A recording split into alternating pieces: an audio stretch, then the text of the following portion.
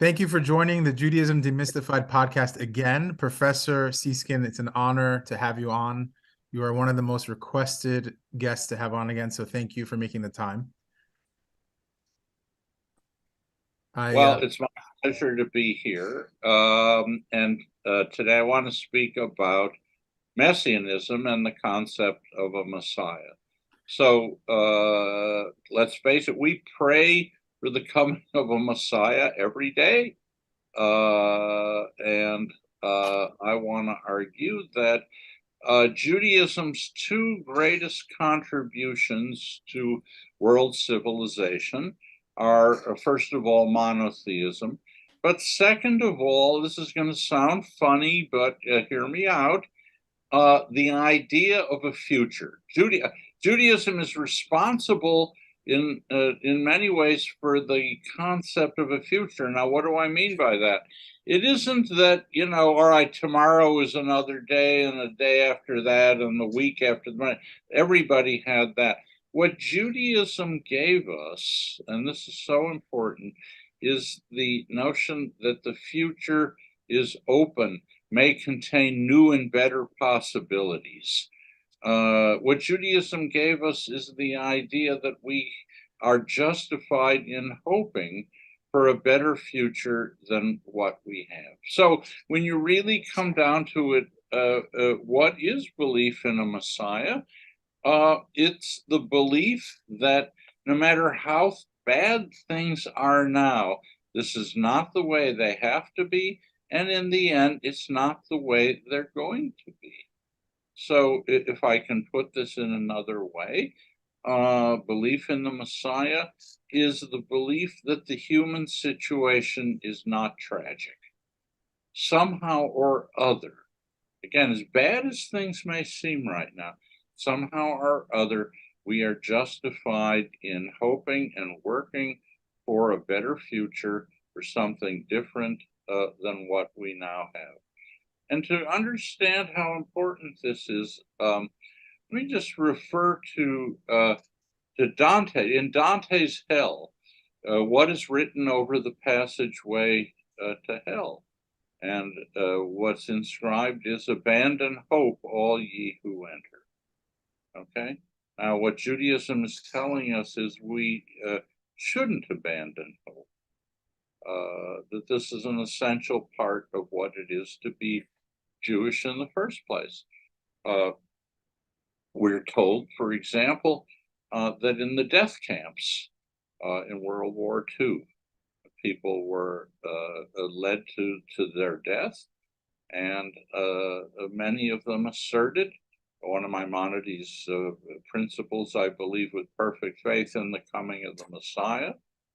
Though he may tarry, yet I believe. And I don't think they thought there was going to be some magical change, all of a sudden, their situation, somebody would come in and rescue them.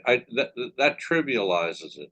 What I do think is that this idea that this was not the end result of human existence gave them some measure of dignity as they faced their death. And belief in the Messiah, I think, has given Jews some measure of dignity throughout our history. And let's face it, we've encountered a lot of tragedy. But again, it's not the end. Now, there is no reference to a messianic future in the Torah. So let's start there.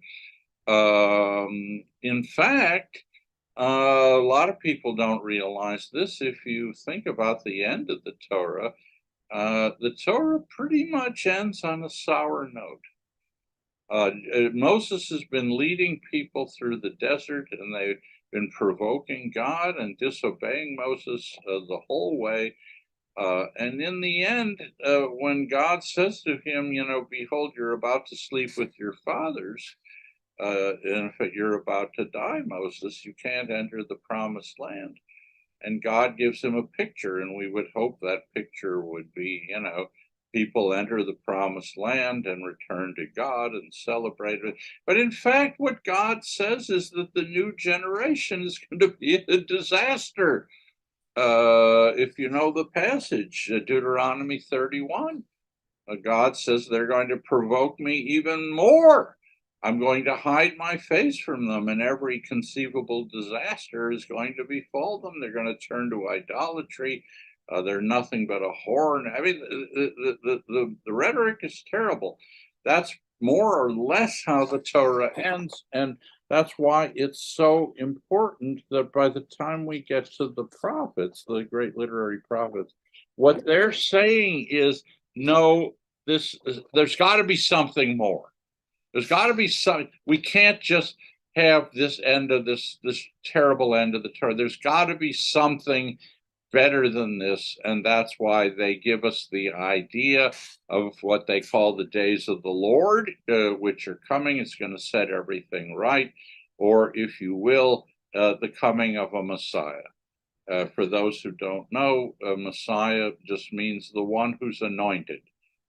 Kings and priests were anointed with oil in the ancient. In fact, even to this day, King Charles III, if you watch the coronation, was anointed with oil. So the Messiah, Mashiach, just means the Holy One. Jeremiah says, surely the days are coming when the Lord will raise up for David a righteous branch. He shall reign as king. The Messiah will be a king.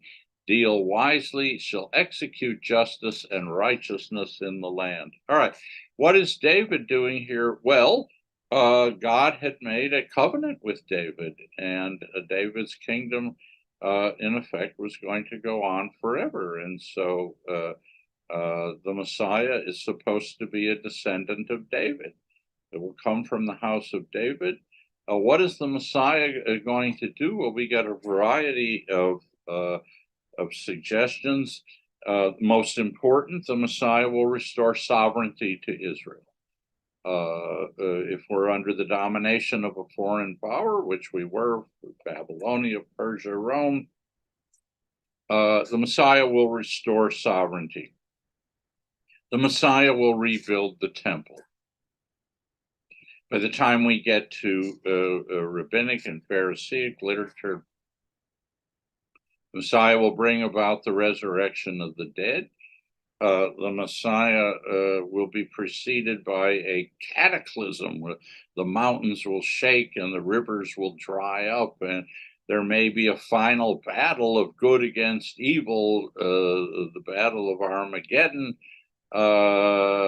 And eventually all of this, the evil will be wiped out, and what will come in is a kind of earthly paradise. Well, that's an awful lot. Looked at philosophically, the belief or the hope for a better future, belief in the coming of Messiah, gives us a kind of paradox. It's been said, I think with justification, that the belief in the coming of a Messiah is either Pandora's box or the elixir of life. Okay, now which one? Why is this so paradoxical? Well, it's the elixir of life again, because if we abandon hope, we've got nothing. We abandon hope, all we have is despair. Then we have to say, as bad as things are, they're not going to get better, and there's no point in working and devoting ourselves to straightening things out. And that to some extent is sort of the nadir of human existence, I would say. There's no hope whatsoever. On the other hand, why is it Pandora's box? And the answer is because historically, messianic fervor has led to a great deal of tragedy. If you know about Jewish history, then you know there were two revolts against the Roman Empire. Both of them turned out to be utter disasters.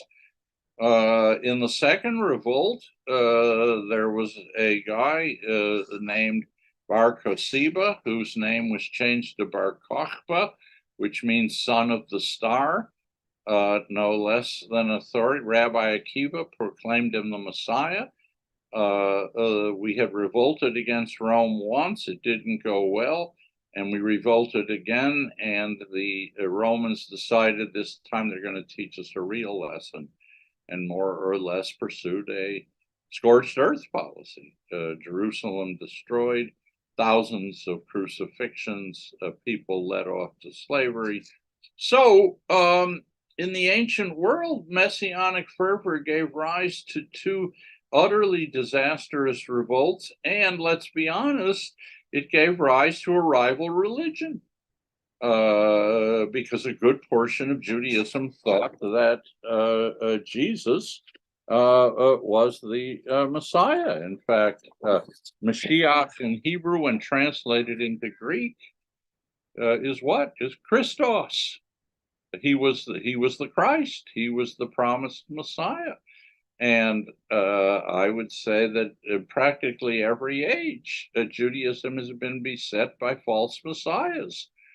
In many cases, it's led, as I say, it's led to death and destruction and disaster. In some cases, it's led to a great deal of disappointment. Shabbetai Zevi converted to Islam in order to save his life. So the problem is this: when the chips are down, when things are terrible, is when we are most susceptible to folly. And believe me, there is a lot of folly in our history, unfortunately. On the other hand, it's when the chips are down that we most need hope for a better future. So that's why it's been called both Pandora's box and the Elixir of Life. Now, faced with this history, what did the rabbis do? The rabbis, early rabbinic literature, let's say, they realized they had been burned badly. Again, two revolts and a rival religion. And so I would say that in the early part of rabbinic literature, in the Mishnah, there's a tendency to sort of downplay the importance of the Messiah. They can't get rid of it. They know that. And yet it's in the prophets, and again, it's the elixir of life. They can't just erase it. On the other hand, they know the price that's been paid, and it was terrible. And so there's a tendency now to kind of, I would say, either ignore it or diminish its importance. There's always the question of what is the Messiah going to be? What is the model we have in mind for a Messiah? Is it going to be a warrior in the image of Bar Kochba, someone establishes authority and throws out the domination of a foreign power? Or is it going to be a Torah scholar? Well, these don't always go together. So what exactly are we praying for here? By the time you get to the Gemara, speculation comes back to messianic. I was a messianic speculation comes back, but there is no settled doctrine. Professor, may I ask? So you say in the Mishnah there's a tendency to downplay for our viewers. You're right. It doesn't seem to me to be of central importance. I'm making a generalization. The Mishnah is relatively silent about it. That's right. That would be my claim. And if I'm understanding the direction you're going to go, it sounds like every generation has their own unique relationship to the Messiah based on mitigating factors that they're going through. That's a history plays a role. So the Tana's the Mishnah, since it had a very bad experience, fresh bad experience, the tendency is going to be to downplay. That's right. Gotcha. Thank you. For good reason. You have to understand what these people. It was the memory is still fresh in their minds. What happened? By the time you get to later rabbinic literature, particularly in Sanhedrin, speculation starts to come back. All right. When is the prayers for the Messiah are there? When is the Messiah going to come? When everything is just so rotten. I mean, things just reach the absolute pits of what human beings are capable of. God is going to look down and say, I better do something drastic. I think I'm going to send the Messiah. So that's one theory. Another theory is, no, it's the opposite. It's when we finally get our act together. It's when we repent. It's when we start doing justice to the observation of Shabbat and observing the commandments, that we will be, in effect, rewarded. The Messiah will be, in effect, the icing on the cake. God will look down and say, well, now these people really deserve to enjoy their messianic future. And therefore, this is the time to send the Messiah. There's a theory that says the Messiah has already come. The Messiah has come, and basically now the only thing that's really important are basically observance of the commandments and good deeds. And all of this messianic speculation and everything is really beside the point. That's Hillel who says that basically Messiah came, it's over. Rav says that too. Basically, all the messiahs have come and gone. What remains are fulfillment of the commandments and good deeds. And you can understand why that might be what, somebody looking back on all of this could say that. There is a old tradition, actually, which I kind of like. The Messiah is here right now, which is we don't recognize him. Messiah is a leper outside the gates of Rome, bandaging his wounds. It's just that we're too occupied with other things to recognize that he's here. Well, if you say what is the rabbinic doctrine on the Messiah, there isn't one. It's all over the lot. And of course, again, the prayers are there, but exactly what are we praying for? Unclear, at least if we stick with the rabbinic literature thus far. And of course, this opens the door to what I do, which is theology and philosophy, because there's a lot of stuff that has to be clarified. Do you just leave this ambiguous as it is, or do you try to introduce some clarity to this? So I would say, if you look at what people have attempted to do to clarify the doctrine, you have basically 5 possibilities.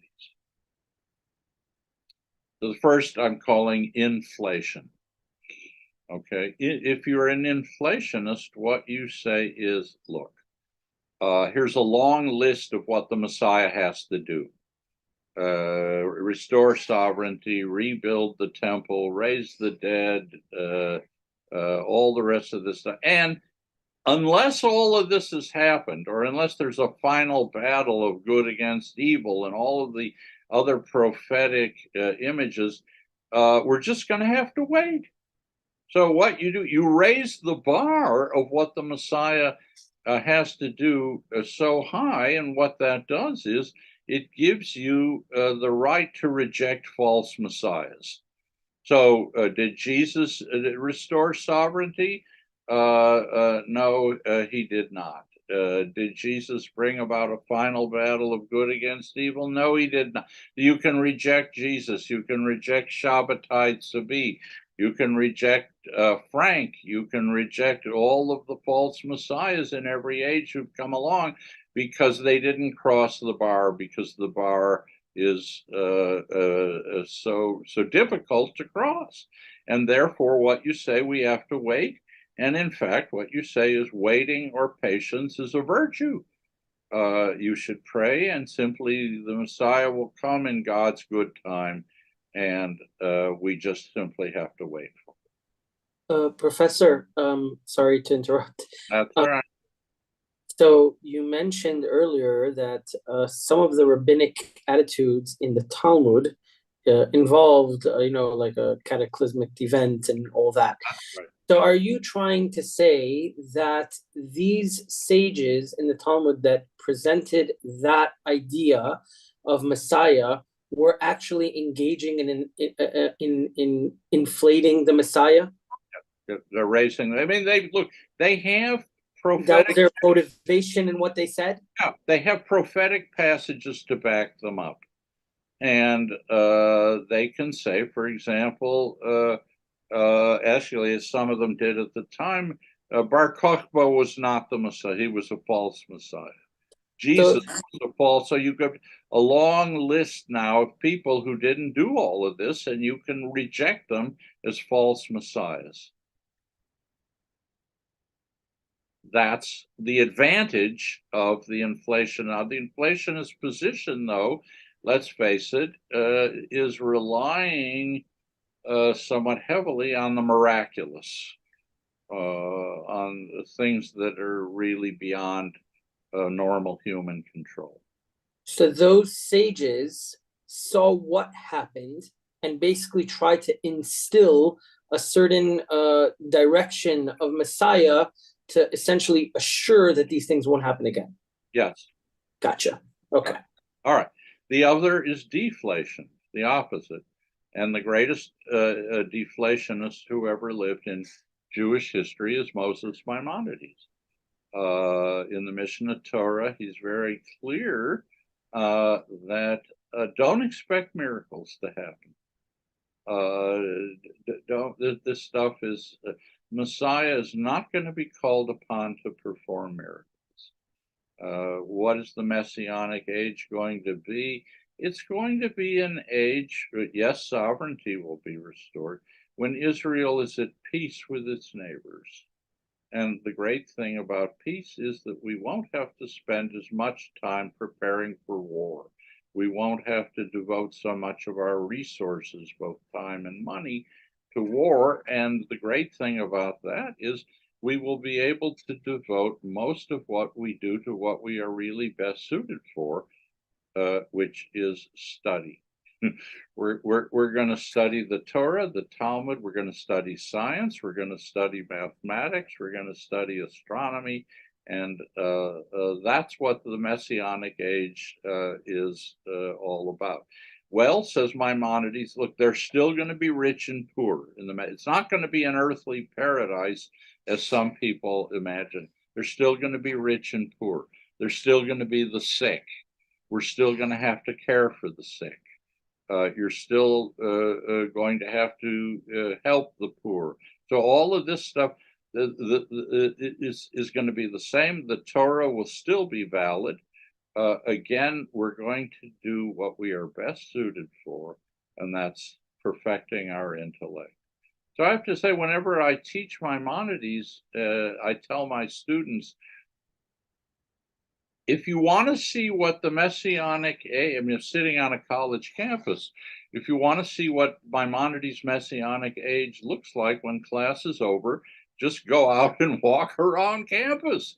Because if he's right, the world will become a gigantic research institute. There will be libraries, there will be laboratories, there will be seminars, there will be teach-ins, there will be books. That's the Maimonidean idea. But there aren't going to be any miracles. Okay, that's what I'm calling a deflationary Messiah. You know what's so interesting about how you described the Rambam's vision of Mashiach? It's because if you, and I'm sure the professor knows, when you go through the Rambam's writings, there is a clear his entire philosophy of life is essentially that life should be spent learning and knowledge of God, knowledge of physics and metaphysics, and the knowledge is really what life was for the Rambam. That's right. And so really Mashiach is really just the realization of everything that he stood for, in a sense. That's exactly right. I mean, his account of the Messiah, the best account of it, comes at the climax of the Mishnah Torah. It's the last book of the Mishnah Torah, and this is sort of, I would say, his thematic and rhetorical climax. Now that you've got all of Jewish law in front of you, what is it going to lead to? And it's going to lead to, he thinks and hopes, an age when the study of not just what we would call sacred texts, but secular subjects, math, astronomy, physics, biology. That's what we're going to do with ourselves instead of preparing for war. Ironically, he also mentions the reason for the destruction of the Second Temple was that we were involved in stupidity, like right. learning. We gave up the study of the sciences, and that's why we lost to the Romans. I don't think that's true, but that's what he says. Well, really, also we weren't behaving like a normal sovereign That's nation right. would in preparing for war and strategy and all that. That's right. With too much superstition, Yes. too much distraction. Okay, number 3, marginalization, which to some extent we've already discussed. If you want to marginalize it, what you say is, look, observe the commandments, help the poor, help the sick, help the bereaved. And as far as messianism goes, it'll come when it comes. So I was once in a seminar and on messianism, and a very noted Jewish scholar basically said that. Said, look, okay, we pray for it, but it's still, Judaism is and always has been and always will be a question of performance of the commandments and of good deeds. And don't speculate, don't try to force God's hand. This is sort of the Mishnaic, what we said, and also some of the rabbis did this. They don't get rid of it, but they don't make it central to what they're doing. And they see the dangers that have come from it historically. Number 4, in what I call internalization. The great Jewish philosopher Emanuel Levinas said that all of these references to cataclysm and shaking of the earth and disruptive changes, these all should be, in effect, understood as what's going on inside of you. It's you who, if you understand correctly, are going to have a change. You're going to become a different person. You're going to become less selfish. You're going to be more concerned with others, with helping others, with giving your life to others. And this is, in effect, a kind of psychological cataclysm that's going to go. It's not that mountains will shake and rivers will dry up. It's how much you will change if you understand correctly what Judaism is really about. It's a very Hasidic view. Yes, and well, he was heavily influenced by Hasidism. And at one point he says, look, the Messiah I'm the Messiah. I would be careful with this. Each of us, in effect, has we might say, the possibility of achieving a kind of messianic perfection if we take seriously, again, what the religion is asking us to do. It's as if it isn't that so much as a historical disruption as a psychological. And finally, there's what I call deferral. I have to be careful here. I'm thinking of Herman Cohen. To understand Cohen's view of the Messiah, I'm going to have to take you back to your high school algebra class, just very briefly. Okay, so you remember your high school algebra class. Remember the kid, you had graph paper.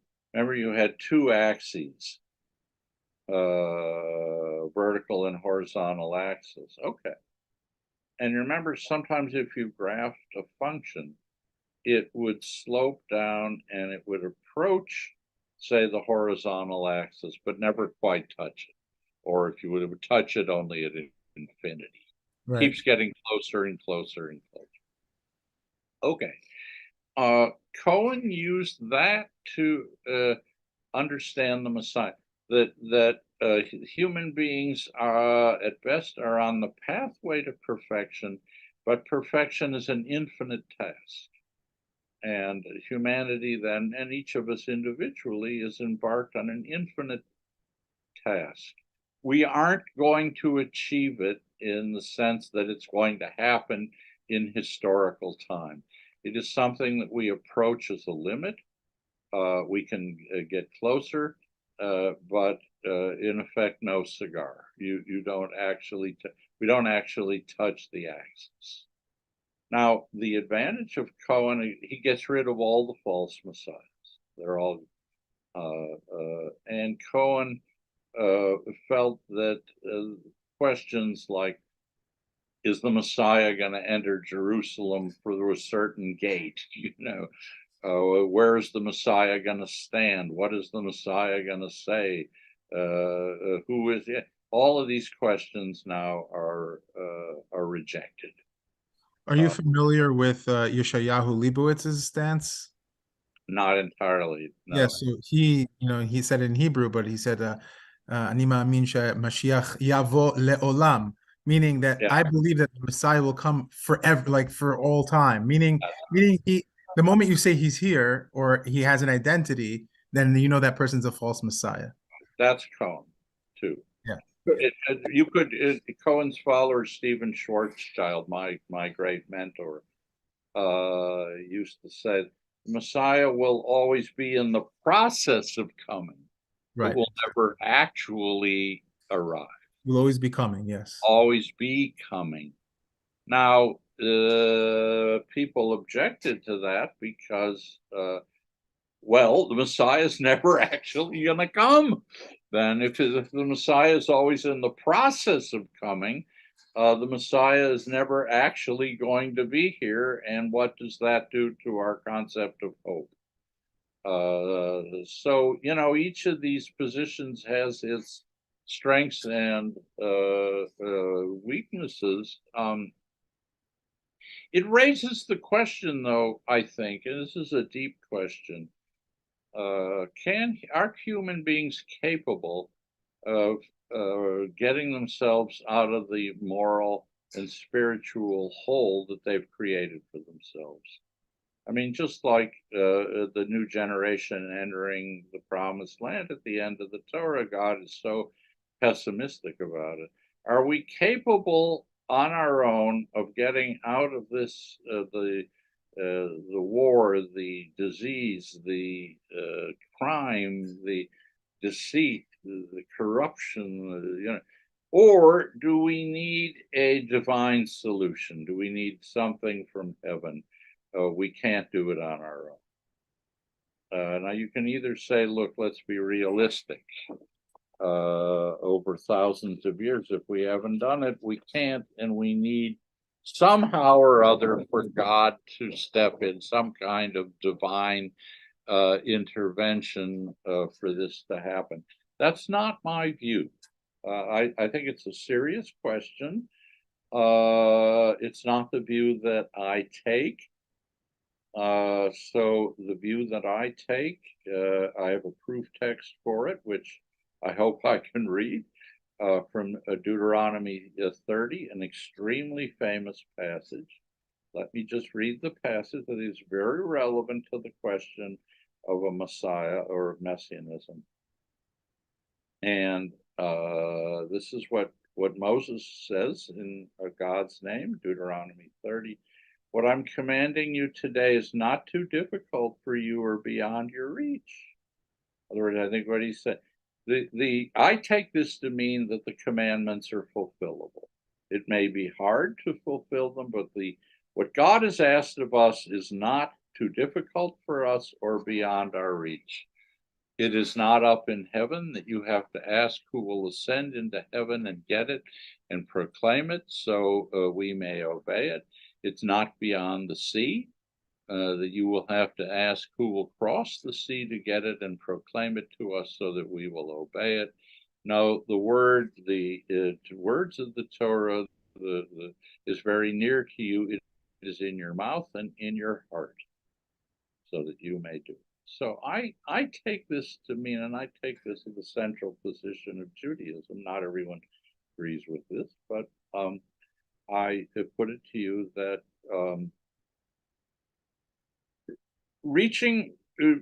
satisfying what God has given us and obtaining redemption of closing the gap of doing what we have said we were going to do at Sinai. It's not infinitely far out. That was the Cohen view, and I don't accept it. It's not something that we approach asymptotically. It can be done. We haven't done it, but we may not even be going in the right direction. I don't know, but it can be done. And the coming of a messianic age is something that we are capable of bringing about, I think, if we put our hearts to it. So if you say, what is my position? It's a modified deflation. As a Maimonidean, I accept a great deal of the deflation. Maimonides believed in the rebuilding of the temple. I'm not sure I do. That would create a lot of other problems. And my favorite rabbinic precedent for this is my favorite position on the Messiah, is this. One sage says, the Messiah will come when all of Israel celebrates Shabbat 2 weeks running. All right, why do I like that so much? Well, 1 week, I mean, okay, you might luck out or something. No, the reason I like it is because celebrating Shabbat 2 weeks running it seems to me is exactly right. We can do it. It isn't asking for something that is so far beyond human reach that we have to, need divine intervention to help us. We can all celebrate Shabbat 2 weeks run. It's not that hard to do. Let's face it. It's a day of rest. I mean, it's within our possibilities, within human ability to celebrate Shabbat 2 weeks running. It just isn't that difficult. Now, the other side of the coin, don't bet your mortgage on it. There is a realism here. Don't bet your mortgage on it. In the one sense, the coming of the Messiah, ever more than 2 weeks off. Is it going to happen by the end of June? I don't think so, but it could. Now, it's not that I believe that if we all celebrate Shabbat, somebody once asked me, what do you say? We all get together and celebrate Shabbat. What's going to happen? It's not that mountains will shake. It's not that I'm not looking for miracles. All I'm saying is that this is teaching us a lesson. And that lesson is, as I think Deuteronomy 30 is telling us, that perfection is achievable. It can be done. If we don't, it's our fault, not God's. Professor, I read that part of the book when you mentioned this. That is actually my favorite part in the whole book, because what hit me, or what struck me with what you said in the book and just reiterated right now, that Aggadot, right, of, if you keep 2 Shabbat, Mashiach's going to come, right, has been so abused, has been so misunderstood, has been so sensationalized, as if the idea here is that by keeping 2 Shabbats, like magically now, or whatever Shabbat is gonna, create this energy and bring some magical Messiah down. I know. People have so many strange things to say about that Aggadah, but what you said was so perfect, and I truly believe that was the intent. Personally speaking, that what you're trying to say is, what they're telling us is, hey, it's reachable, it's doable. Go and do it. That's exactly It's amazing to me that in all my life, and I've read so many commentaries on that Aggadah, and I've heard it being used in so many speeches and lectures, and when you said it, I was like, sometimes the best answer is the simplest one, really. So I just wanted to mention I've said that in my synagogue. I've said that a few times. Let's try it. I mean, what the heck? Our community actually, there's a lot of communities that do the Shabbat project, right? So everybody tries to Shabbat. You have to do it 2 weeks in a row. It's not going to hurt you. You may even enjoy it. I mean, it may lead to something better. Let's try it, and we'll see exactly what happens. I don't see anything wrong with the attempt. Can't hurt. Can't hurt. Exactly right. So the Maimonidean view, although it is definitely something that it's realistic and it's a good thing, at the same time, it also makes us more susceptible to false messianism. That's exactly right. If you lower the bar, if you keep lowering the bar and saying we don't need miracles and so on and so forth, then you don't really have the wherewithal to eliminate false messiahs, because a false messiah can simply say, all right, I didn't do this miracle or that miracle, but according to Maimonides, I don't have to. Now, Maimonides did sort of get into an issue with the building of the Second Temple. Why? Because the Torah, he thought, is valid for all times. It says that about itself. And we don't do animal sacrifice because we don't have a place to do it in anymore. When the temple was destroyed by the Romans in 70 AD, we gave up animal sacrifice and replaced it with prayer, study of the Torah, and good deeds. Well, if you rebuild the temple, and Maimonides admits this, you may not like it, but we would have to go back to sacrificing animals. As somebody who is extremely squeamish and tends to faint at the sight of blood, I don't want to see this. But he does say, again, this may be distasteful to you, but in his principle, he stuck to his principles. And if there is a third temple, there would be no principled reason not to sacrifice animals. Now, I don't want to see this, and that part of his position, I just as soon drop. Professor, may I try to help you out with this one? I would love it if you did. You'd be doing me an enormous favor. Okay, I'm not saying what I'm saying is true, but it's just an idea that I guess it's okay to float out. The problem with the temple, everyone has something to say about this. Rav Kook even came and said that it'll be replaced with vegetation instead of animal sacrifice. And some people say, like, oh, that's not going to happen anymore. And some people are insistent that it needs to happen and it's central for it to happen. There's always going to be arguments about this. But from a philosophical perspective, right, which is up your alley, a benefit of having the temple and I'm taking this from a bunch of things that I've read and learned, and throughout the podcast that we've done, I've learned a lot. If we agree that idolatry is alive and well, if we agree that there's a lot of misplaced, people are praying at, graves, people are using, weird incantations and Kaparot, and there's a lot of things that have substituted that the temple, right? That people, because they're drawn to that need of worship in a way that's concrete, right? Which was the reason in the first place for the sacrifices. So it's been replaced by a lot of strange things. If we did establish a temple, and if we established the temple, it would by default eliminate all of these problems, because now you have a centralized place of worship and you can't have an excuse to go do all these strange other worships anymore. So from a philosophical point of view, it would actually improve mankind.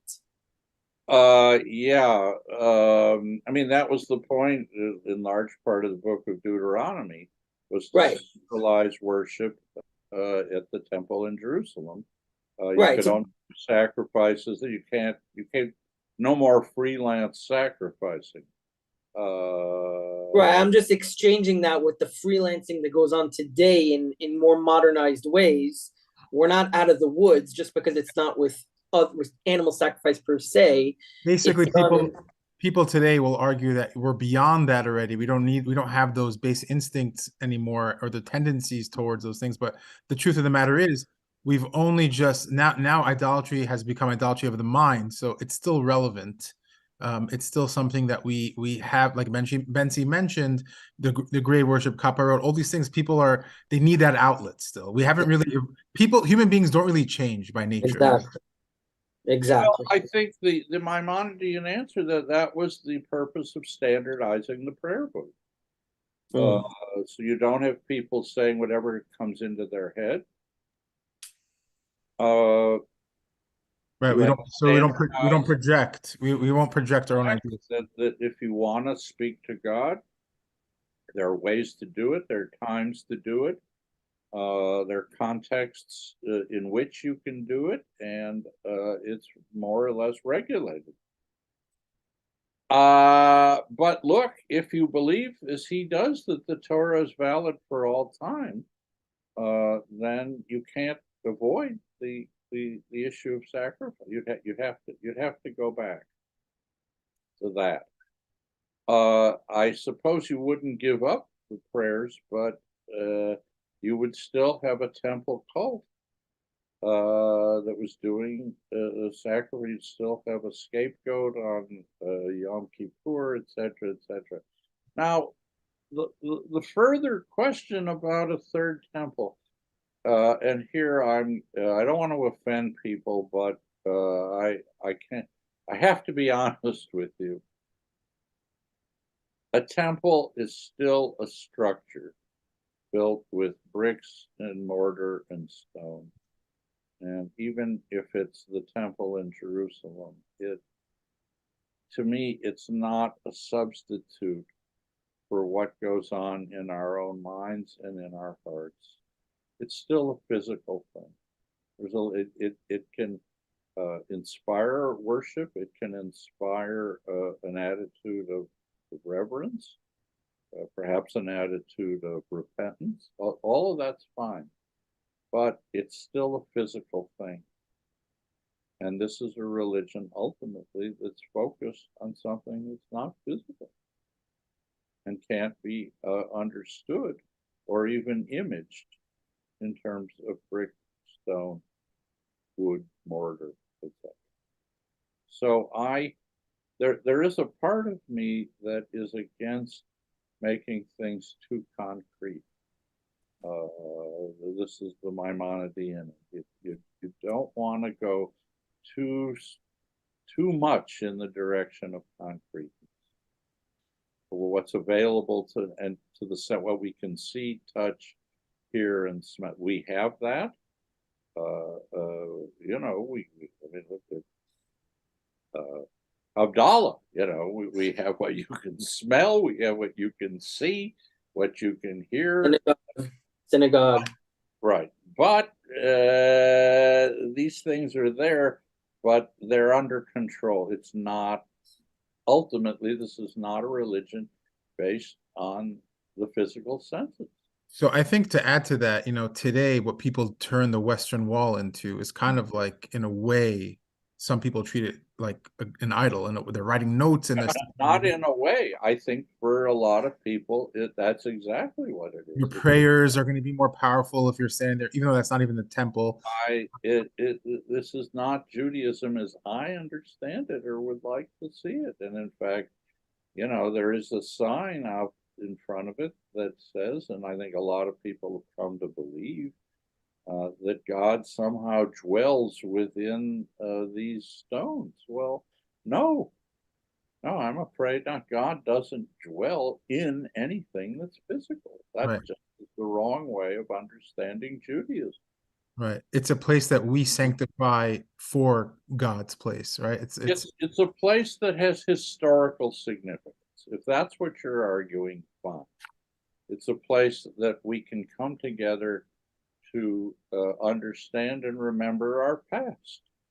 But And, the temple itself, which is obviously different than the Kotel, right. I think that, you know, the issue, the problem that it would solve is, or it should solve, because again, it didn't even solve it back then a lot of the times, but it should solve the issue of the leadership or the Kohanim, you know, should be able to keep people in line for the most part. That's the idea. It's not just people going to a building and worshiping the stones in the building. They're Right. actually, you're going to have Which is sort of what I was trying to say earlier. Yeah. right. In a different way. Yeah. It so easily becomes, again, they're praying to the stone, or certainly looks that way. And they think that because they're standing there, look, again, I don't want to offend anybody, but I think you can be as close to God if you are standing at the Kotel, or if you are standing in Times Square, or on State Street in Chicago, or Hollywood and Vine, and or anywhere else on this planet. It's a question of what's going on in your mind and in your heart. It's not a question of where you are physically. Right. It can't be. 100%. That's a fact, and that's the truth. The question is, I'm looking at it from two angles, actually. One, and I remember in your book, No Other Gods, you sort of touch upon this, how the human condition, it's almost impossible for us to be complete angels. When I say angels, I'm saying that, I'm saying right. Clean, right? There's going to be always an aspect of human nature, even at our best, maybe. There's going to be an aspect of human nature that is going to need that, right? Even though we shouldn't, right? Understood. Like, we should it should be the way you're saying. It ought to be the way you're saying. It would be very hard for me to have a spiritual experience in Times Square. Yeah. I admit that. It's much easier in a house of worship, which is, there is beauty, there's art and architecture, the presence of the Torah, the ability to bow or take my talit and kiss the Torah. So, yeah, all of this is important to induce reverence, study, repentance, all the things that this religion says that it stands for. But in the end, it's not a physical thing. Yeah, you mentioned in your book, No Other Gods. Now that Benzi reminded me, I believe you said something to the effect of fighting idolatry. It's almost like you take one step forward and then two steps backwards in fighting idolatry, because like you have to we have to do rituals, but then these rituals could become in a way like idolatrous. So we have to kind of walk it back.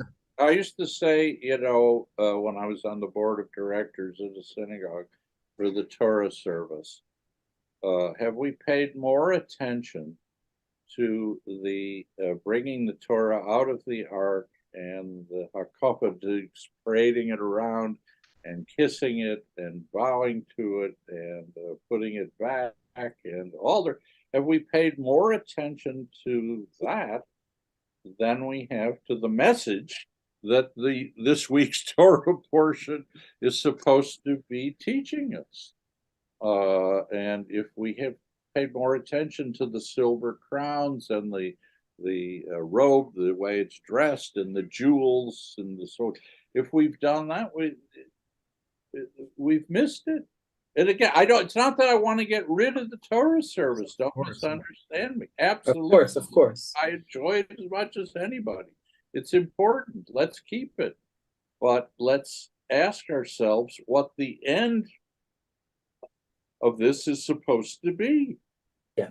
It's supposed to be an experience of learning, of study, of reverence, of repentance. In your book, Thinking about the Torah, I believe that's the book you were mentioned in I think it was in the introduction. You mentioned that the Torah is a book of philosophy foremost because it points to any work of philosophy has to point to an ideal, right? And it has to point to kind of an age that an idealistic age. So I think you really captured that in what you presented tonight. I hope so. I hope so. I want to add two things actually. One, I was thinking about it right now. So you're correct, right? That the temple should not be an end in itself, which is essentially what, Professor, I think you're trying to say, is that a temple is not an end within itself, right? And everything has to lead to the ultimate goal.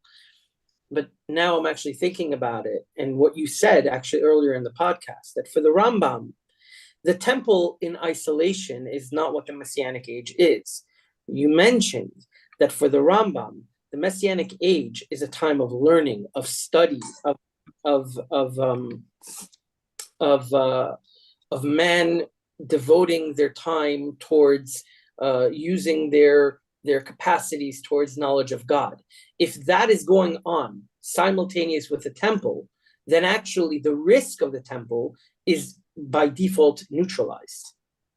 Agreed, if that's going on. Now, but keep in mind, though, that for the Rambam, the temple is an instance of God is making a concession to human fallibility. Okay, so for example, in the Torah, the Mishkan, you raise the question of why does a monotheistic God need all this gold, all this jewelry, silver, fine linen, sealskin? Why does a monotheistic God need all of these accoutrements to channel our energies to be worshipped? I mean, Moses, let's be clear on that. Moses didn't need that when he was alone with God on the mountain, didn't need a house of worship, didn't need gold and jewels and fine linen or anything of the sort. The guy who's going to put on the jewelry and the rings and the turban is Aaron, not Moses. Okay, so you have even in the Torah this idea of pure worship, which not every human being can achieve, and God, in a sense, making a concession. Okay, you knew in Egypt the gods were worshipped in these luxurious places. Therefore, if you want to worship me, I'm going to give you the blueprint for a luxurious place as well. Similarly with Solomon's temple. But these are concessions to human fallibility. Right after the golden calf, they build the Mishkan, and that's a way of God that goes with Maimonides' thinking that God gave, kind of channeled our energies towards. He understood you can't eliminate this need, so let's transfer it towards something positive. Exactly. The golden calf is, by definition, is made of gold. But look, when we get to the description of the Mishkan, look at how much gold. It's been estimated that to build this thing would have required 2,000 pounds of refined gold.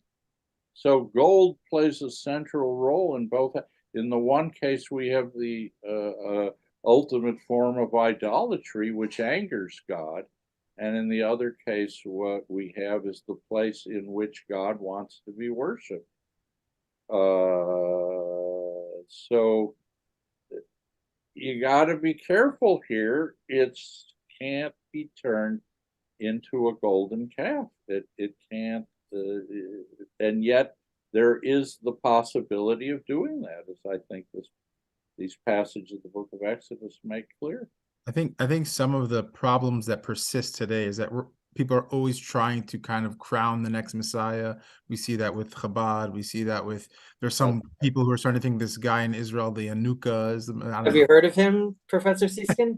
No, but I will tell you, I was on television in Chicago once. They asked me whether the Rebbe, whether Schneerson was the Messiah.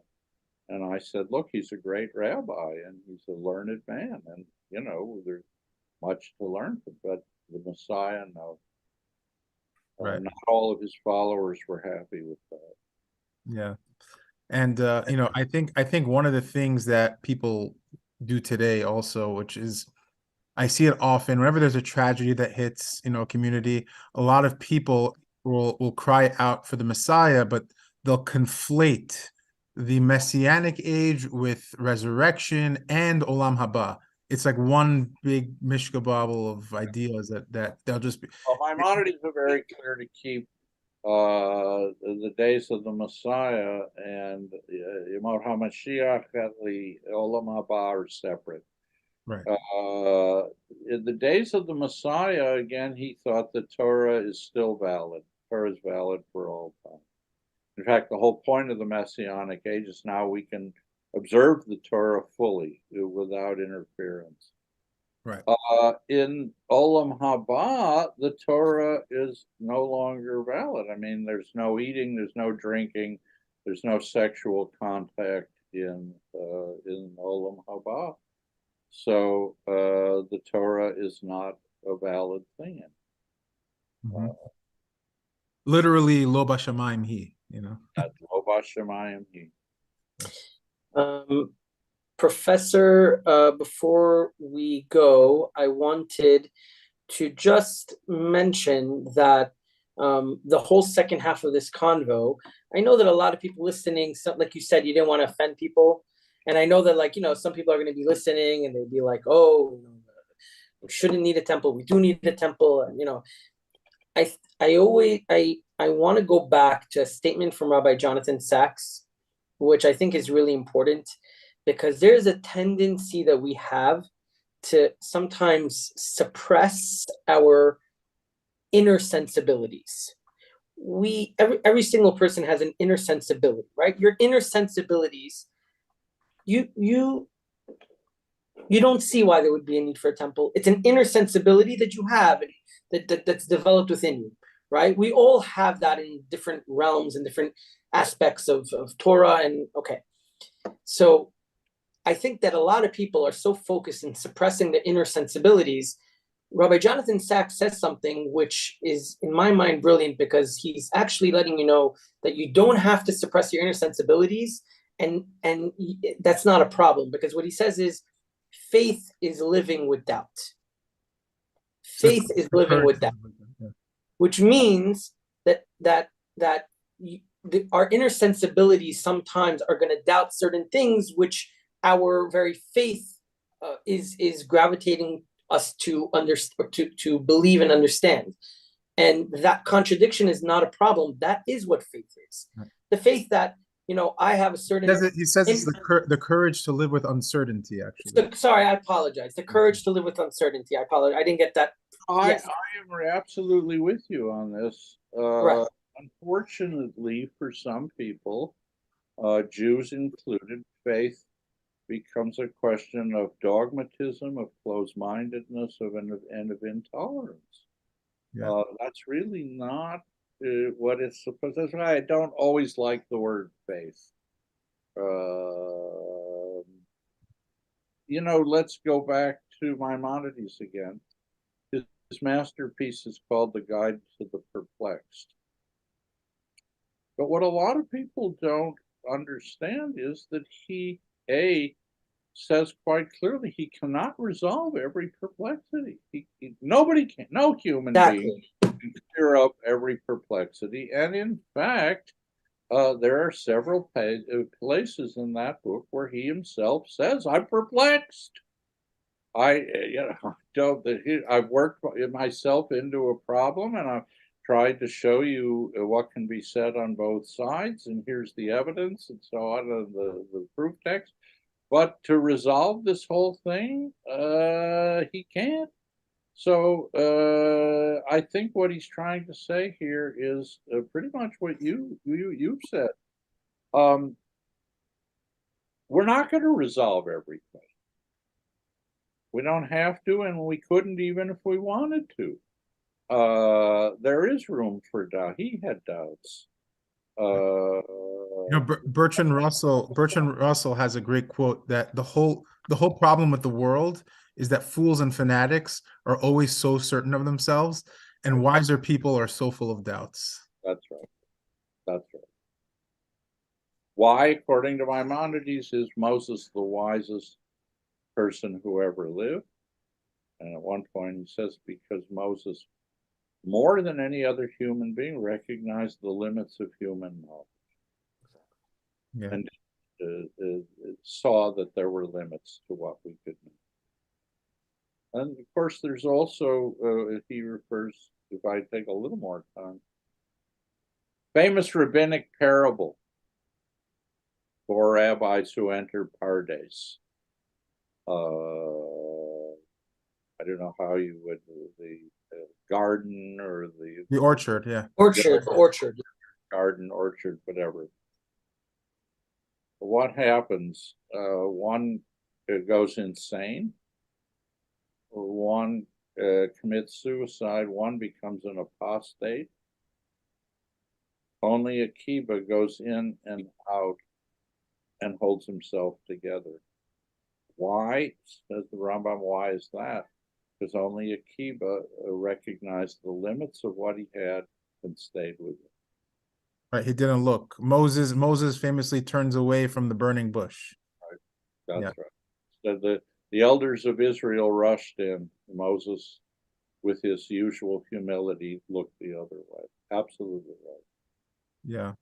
There's nothing wrong with doubt. There's nothing wrong with humility. There's nothing wrong with recognizing that there are questions that we can't fully get an answer to. On the contrary, there's everything right with them, the way I see it. Yeah. So, amazing. Professor, before we go, can you maybe plug, do you have anything to plug? You want to tell anybody about any books coming out or that are out right now? Well, the latest one was Thinking About the Prophets.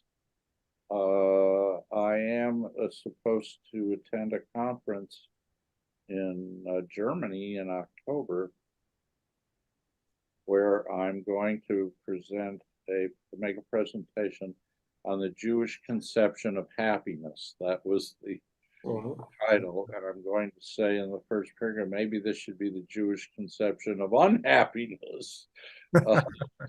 And I have prepared a long essay on this. It'll be published probably somewhere in Europe. But that my next project is the question is also a good question. What does it really mean to be happy? Taking Judaism seriously, what is involved in this? Is this the end of is this our ultimate goal, is to be happy, or is our ultimate goal something else? How do we define happiness? Can I be happy without you being happy? All kinds of questions arise. That sounds amazing. Yeah, should be please fun. Keep writing, Professor. Please keep writing. Do my best. Please keep writing, because Professor, you have a certain style of writing that's very unique, and that you can take difficult abstract concepts and explain it in a way that everybody can understand, and that is missing. So keep writing, and we always appreciate you. We hope to have you on multiple times, God willing, and may we live to eventually figure out what exactly is going to happen with that temple. Okay, guys, as usual, it's my pleasure. This is thank you so much. Just the sort of thing I love to do. Good to see you. Thank you.